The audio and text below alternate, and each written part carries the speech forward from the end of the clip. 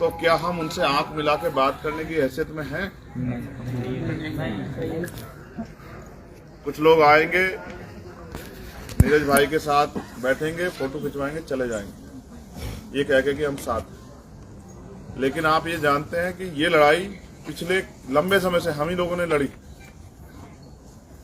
उसको डर है। मैं बात आपसे इसलिए कह रहा हूँ, समाज को पता होना चाहिए, जो पूरा समाज बैठा, सब समाज को पता होना चाहिए क्या हो रहा है।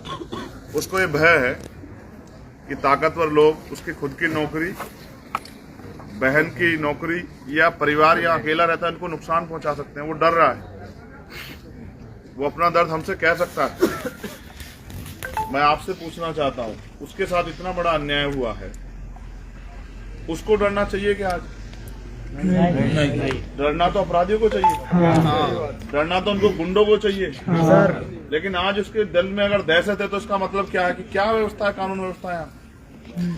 और अगर चलो ये तो पुलिस में है, ये तो हिम्मत दिखाई उसने उसको पकड़ने की, उसके कारण उसका हाथ भी टूट गया। लेकिन सोचो आम आदमी की जिंदगी कैसी है राजस्थान में।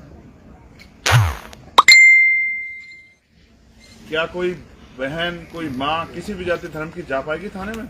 नहीं। और जिन नेताओं को मदद करनी चाहिए थी, वो इनके साथ आ खड़े होकर वो उनका संरक्षण कर रहे हैं। मैं कठोर शब्दों में आपसे कह रहा हूं, ये अन्याय राजस्थान में बंद होना चाहिए। अगर ये बंद नहीं होगा तो फिर आप एक काम करो कि आप बच्चियां पैदा करना बंद कर दो। अगर आप बच्चों की रक्षा नहीं कर सकते तो आप बच्चे पैदा करना बंद कर दो। लेकिन अगर आपने उनको पैदा किया तो फिर ऐसा माहौल भी उनको दो कि वो अपनी जिंदगी जी सके सम्मान के साथ। क्या मैं आज उससे आंख मिला के जवाब दे सकता हूँ? ये हम लोगों के होते उसके साथ अन्याय हो गया। इसलिए मैं आपसे कह रहा हूँ, जो आएंगे मिलके चले जाएंगे, अच्छी बात है। मैं तो चाहता था मुख्यमंत्री आए यहाँ और माफी मांगे इसके पैर में पड़ के,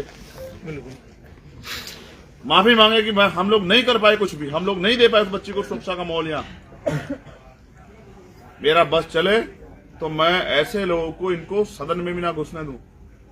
और मैं तो आपसे भी कहूंगा, मैं आपसे कहूंगा कि ये आग है ना, एक दिन में ठंडी मत करो, इसको लगाओ अपने यहाँ अगर तुम्हें स्वाभिमान है। और जो संरक्षण कर रहे हैं उनका गुंडों का, उनको इस हैसियत में मत छोड़ो कि वो जाकर जयपुर में बैठ सके। उनको इस हालात में लेके आओ। समझ रहे हो? ये झेलना पड़ेगा। अगर आज हम इसके दर्द पे चुप हो गए तो कल किसी और बच्ची के साथ होगा, कल किसी और बहन माँ के साथ होगा, फिर क्या करेंगे हम लोग? मैं भी चैन से दिल्ली चला जाता या मैं भी जाके प्रचार कर लेता, लेकिन कैसे आंख मिलाऊंगा इससे? कैसे जवाब दूंगा कि जो जिम्मेदारी उठाई है उसको, उससे कैसे जवाब दूंगा?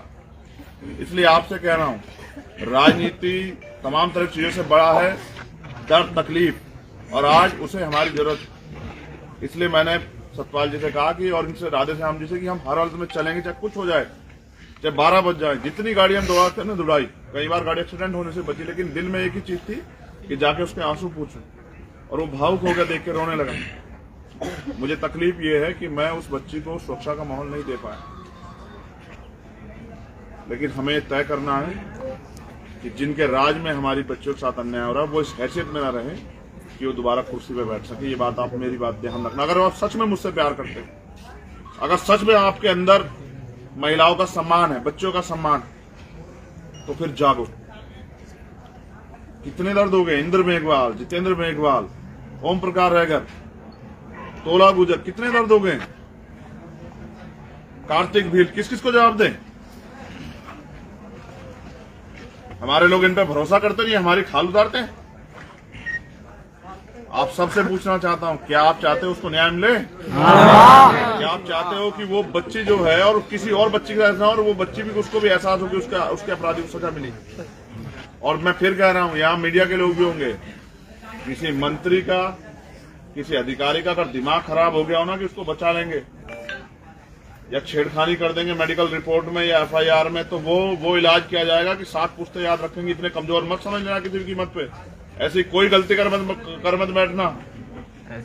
अधिकारी, कर्मचारी या सरकार के लोग कभी ये सोच लें कि ये कमजोर लोग हैं। कमजोर नहीं है, हमारा परिवार है। एक एक खून की बूंद हम लुटा देंगे, लेकिन इनके स्वाभिमान सम्मान की रक्षा करेंगे। मैं आपको आपके माध्यम से बता रहा हूं, उनके दिमाग में गलतफहमी ना रहे, जिस बात का डर है उसको। ये राजस्थान में चलेगा नहीं अब। ये जो गुंडा राज चल रहा है ना, ये जो माफिया राज, आतंक का राज चल रहा है, ये लूट खसोट चल रही है, और ये जो बहन बेटियों की तरफ ये जो अन्याय हो रहा है, ये चलेगा नहीं ज्यादा दिन। लेकिन मैं यहाँ के अधिकारी कर्मचारियों को कहूंगा, ईमानदार से काम करें, हम उनका सम्मान करेंगे। लेकिन अगर वो सत्ता पक्ष के हिसाब से न्याय में छेड़खानी करेंगे तो कोई थाना और कोई अधिकारी चैन से नहीं बैठेगा अपने दफ्तरों में। सारे काम छोड़ के इनके दफ्तरों को ताला लगा के ये रोड बंद करके बैठ जाएंगे राजस्थान में यहाँ। और मैं आपसे कहूंगा जागो। और मैं जो हमारे सम्मानित यहाँ है राधे श्याम जी और तमाम लोग, उनसे ये कहूंगा, भाई चेतराम जी, मैं सबसे ये कहूंगा, ये समय अपने परिवार के साथ खड़े होने का और उनको एहसास कराने का कि राजनीति से बड़ा भी हम सब लोग उनके साथ हैं, ठीक है। और मैं आपसे ये उम्मीद करूंगा कि उनको मेरी गैर मौजूदगी में उनको एहसास होना चाहिए चंद्रशेखर यही आप लोग के रूप, ठीक है। यहाँ प्रशांत और ये सब लोग, नरेश मीरवाल, मुझे हर एक मिनट की रिपोर्ट चाहिए यहाँ की। अब मैं आ गया हूँ ना, बहुत सारे नेता मंत्री भागे भागे आएंगे, 27% सब लोग आएंगे, ठीक है, आएंगे। लेकिन मैं समझता हूँ ना, न्याय तब मिलेगा जब तक उसको सजा नहीं मिलती। तो हमें लड़ाई अंतिम पायदान तक लड़ी जब तक उनको सजा न मिले। और जो लोग जिनको बचाने का प्रयास किया जाएगा, हम उनको बचने नहीं देंगे। जिसने उसका हाथ तोड़ा वो भी नहीं बचेगा। और जो उसकी मदद कर रहे थे आरोप अपराधी को छिपाने के लिए, नरेश, मनोज, जो उसकी मदद कर रहे थे ना छिपाने के लिए, जो एविडेंस टेम्परिंग कर रहे थे, उनको भी जो है ना उनके अपराध